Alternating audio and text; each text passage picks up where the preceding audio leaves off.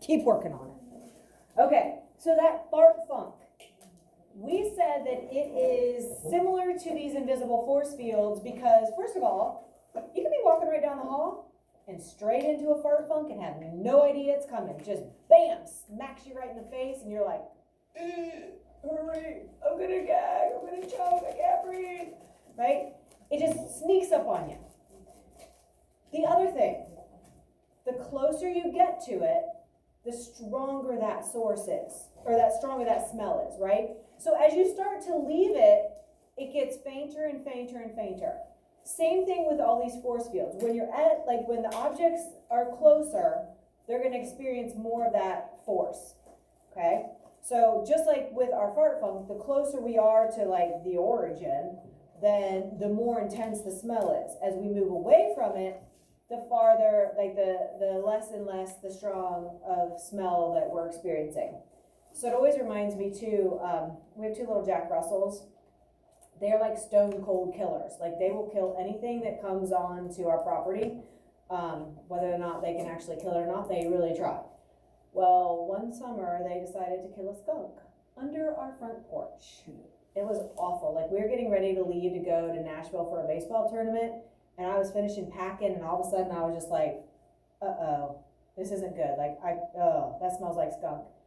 And like I go out the back and I'm like, smell it a little. I'm like walking around real careful. I start to walk around the front of the house. I'm like, oh no, it's getting stronger. I walk right by the porch and I'm like, okay, that's it. There's a skunk here. They had killed it underneath the porch. Like killed it dead. And the thing just sprayed everywhere. It was awful. Oh, it was bad.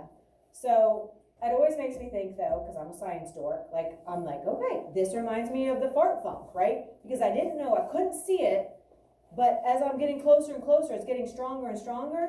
I realize, okay, here's where it started, and there was the dead skunk, right? So these force fields are invisible. We don't know exactly where they're at. The other thing we said that's like the fart funk is the appropriate property. Let's say you lose your sense of smell. COVID will do that to some people, right? We've heard.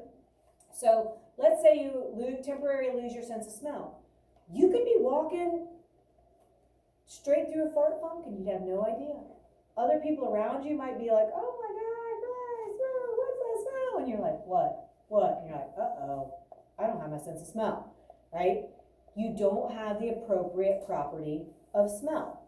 So for an item to experience the force field, it has to have the appropriate property, okay? So what were our three types of fields that we were gonna look at, or our three non-contact forces? Give me one of them, Marcus. Magnetic field. Good, the magnetic field, which is gonna be the one we get to next. What are the other two? Give me one of them. Electrical. Good, and that's the one we're on now. And then finally, we're going to end up with the third. Does anybody remember what that one is by chance? Very good, gravitational. Okay, so we are on the electrical field. And so I want to just kind of backtrack for a second. We have 3 subatomic particles, meaning the small parts of the atom. So give me one of the parts, and then we'll have somebody else give us the charge that's associated with that. Give me one. Neutron. The neutron. You like it because of Jimmy Neutron, don't you? Neutron. What charge does a neutron have? Neutral or no charge? All those N's. No charge, neutral, neutron. Marcus. Neutron. The proton. And what charge does a proton have? Positive. Right? Positive. Okay. And then finally, what's our third one? Okay. Electron. The electron. And what charge does it have? Let's see, anybody who hasn't said yet? Yes. Kelsey? Negative? Negative, good. So we have the protons and the neutrons in the middle, in what we call the nucleus. This is our center. And then we have the electrons around the outside. So these electrons are going to be held more tightly because we know that opposite charges attract. And because this is an electric force field, each atom has its own tiny little electric force field. This is closer together, so these are going to have a stronger pull. The electrons that farther away are gonna have less of a pull, and we'll learn next year that those are the electrons that can get separated and go to other atoms when they start bonding, all right? So we know that just like our fart funk, the closer items are, the more they're gonna experience that electrical charge or that electrical field, right? So to have something experience an electrical field, what was that one thing that they had to have? It's one of your vocab words. And this always gives people trouble for some reason.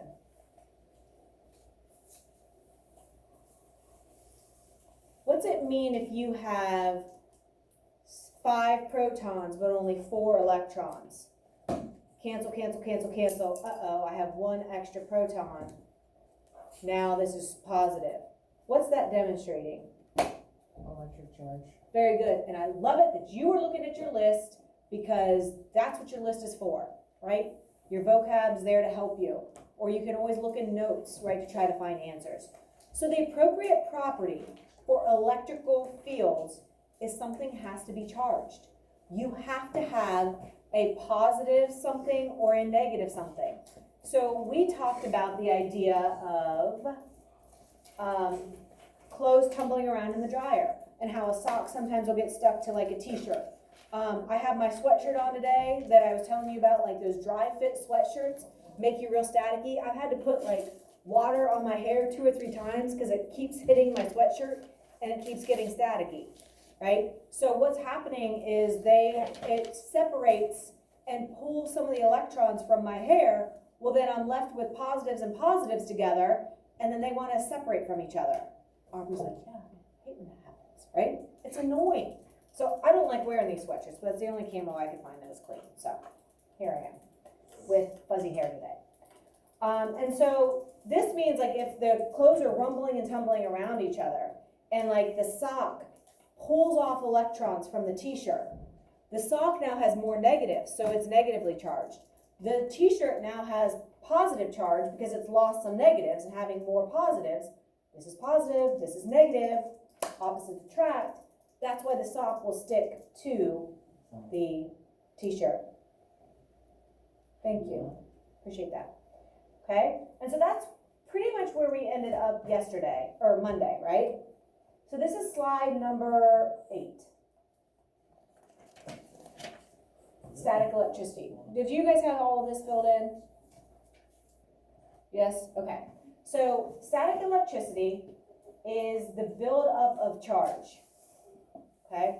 So remember, all electric charge means is an unequal number of protons and electrons. If you have enough that they all cancel out, this is neutral. But if I have 5 protons and only 4 electrons, cancel, cancel, cancel, cancel, I'm left with an extra proton. Now this item is charged. Whatever it is, maybe the sock, the t-shirt, whatever. Yeah, And so what? Where are we on? I think that you guys have slide number 8 done. We're on slide 9. Yeah, okay, so I just want to finish going through this just to make sure. I couldn't remember if we got all the way through it or not. Okay, so we have to separate out those charges. So like if you get something charged, then it will experience an electric field. So without the appropriate property of charge, it's not going to do anything. As soon as something is charged, then opposites will come together, like charges will repel. And we'll get to play around a lot with this. We have a couple activities that we're going to do. Okay, so at the end we'll watch the static electricity, just because I don't want to play it during our video notes. So we'll come back to that here in a minute. Okay, so we're all good. Hold on. Well, are you gonna have to get the other notes caught up? Were you here Monday? Okay, so you can get those caught up with the other notes. Okay, all right, so take a look at this picture. So think about the things that we said are true for all invisible fields, or all of our force fields. They're stronger the closer you get, and they are working invisibly, right? So taking what you know, look at this picture. And it doesn't matter that he has 3 to 1, just pretend he has just one of them if you want. So which one is going to have the greatest static charge or like experiencing the greatest electrical field? What do you think, Braden? Far. Okay, so Braden thinks the far one. Anybody think that the close one? Actually, I don't think that anymore. I think it's close. You think close? Oh, he changed his mind. Okay, raise your hand if you think far. Actually, I think it's far. Yeah. Oh man, he's back. Raise your hand for close. Okay, so think about our fart funk. The closer you got, the more intense it got. Ah, okay. So the closer the items are, the more they're experiencing either that attraction, if they're opposite charges, or repulsion, which means pushing away, right? So if you have a positive and a positive, if they're within the same field and you have them close, they really want to push away. Okay, if you have two negatives and they're really close, they really want to get away from each other. So the closer you are, the more intense the field is. Okay, just like the fart funk. I mean, that fart funk is magical. It's a perfect example. Magical. Okay, so static electricity. Here's another example. Actually, thunderstorms or like these thunder clouds, you have tiny bits of frozen, of ice, which it says frozen in that parentheses, sorry, frozen raindrops. And they are bumping and tumbling all around each other. It's just like clothes in a dryer. Rubbing and flopping all around, it's gonna rub electrons off. Okay? So when that happens, you build up a charge because something becomes more negatively charged because it has more electrons now. Something becomes positively charged because it's lost negatives, meaning it has more positives. Once you have opposite charges, then you have a really strong electrical field that's taking place. So all of those little collisions of those frozen rain droplets create an electric charge. And the positive charges or the protons form typically at the top of the cloud, and the negative charges are usually going to form closer to the bottom of the cloud. And we know that opposites attract, and this causes a positive charge to build up on the ground beneath the cloud. And I'll go through this little simulation here in a minute after we get the words. And so the charge coming up from these points eventually connects with a zap. That is lightning.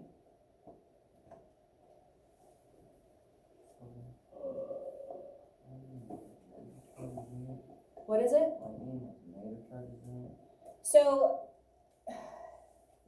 yes. So let me back up for a second and watch the simulation. You have positives and negatives together. They roll around, then they get separated, and then the negatives form a positive charge on the ground. Like they'll accumulate, and then they finally reach and come together. So again, they are together, then they separate, and then the negative forms a positive charge down here, like the positives will accumulate, and because opposites attract, they want to come together, and they kind of arc into that lightning. Once the lightning zaps, to sound official, right, it discharges, meaning that it gets rid of the positive charge and the negative charge, and everything goes back to neutral, right? So once it zaps, that area is clear, right? That lightning has passed. Braden, stop. Pay attention. Okay? Yes? So is that why, like, so different color of lightning has different charges? It might be like the intensity of it causes the different colors. A lot of times when electrons are moving around, like it can cause like different colors to kind of, like within the atoms, like it happens. I'm not exactly sure, but I think that would be why. That's a good question. Is it like the same with heat lightning? Like, So a lot of times heat lightning is from cloud to cloud. So like one cloud is negative, one cloud is positive, they are attracted, so they try to connect and they discharge. yeah. So when you get rid of the charge, you've heard me say the word, it's called a discharge. So like the charge is gone now, all right? So like in a taser? No. A taser has a positive. A taser has a constant negative and positive charge. Yeah, I mean, you're dealing something with the charge and then like you discharge it, like you expel that charge into somebody or into something. The bar It's is- kind of the same the idea, bar is- but- Because the barbs are not like moving at all. the Right. barb has a negative charge and the human body has positive charge when they connect it. you get the snap. So it's basically when you see a static charge, like if you're walking across the carpet and you see a little spark, or like you touch a doorknob and you see a spark, that is like a miniature bolt of lightning. That's exactly what's happening with a huge lightning strike. But obviously, it's on a hugely magnified scale for lightning, right? So what you're seeing, that little static charge, is just a mini version of that, but it's the exact same thing. A charge is built up, and then when it comes together, the opposites attracting, you get that zap. That is the discharge of them balancing back out. Okay, so let's go to this last one. So slide number 11. So the girl is at the top of the slide. She comes down the slide. Her hair is staticky by the time she reaches the bottom. So we said that to get a charge, typically it's through this rubbing action, right? Rumbling, tumbling, rubbing, okay? And so obviously she's rubbing all the way down that slide, all right? So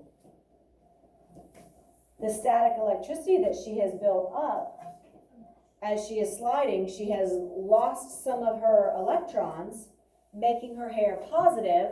All the positives, those are like charges, so what do like charges want to do? Come together or push apart? Push apart, which is repel. So all of those hairs are like, I'm positive, I want to get away. So they're all trying to push away from each other to give each other some space. And that's why the hair actually ends up standing up. Okay, so you build up a positive charge on those hairs and they want to get away.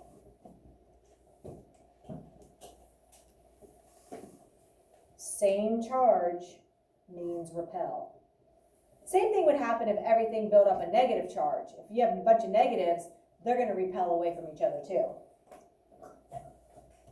And they try to push away from each other because like charges repel.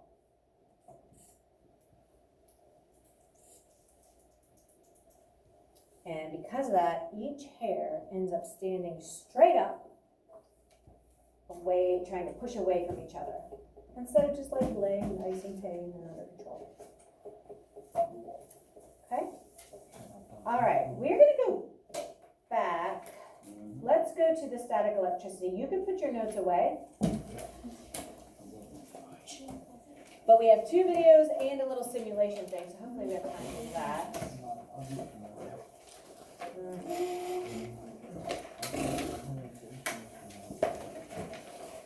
Oh, come on.